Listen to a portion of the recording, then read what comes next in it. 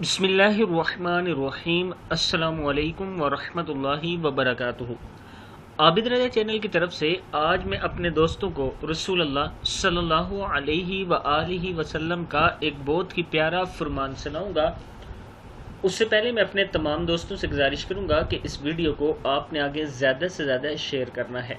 तो शुरू करते हैं। बिस्मिल्लाहिर्रहमानिर्रहीम।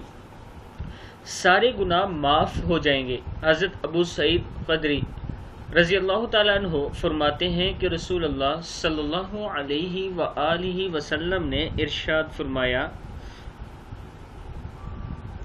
जो शख्स अपने बिस्तर के पास आकर 3 मरतबा ये कहे, अस्तग़फिरुल्लाहल अज़ीमल्लज़ी ला इलाहा इल्ला हुवल हय्युल क़य्यूम व अतूबु इलैह।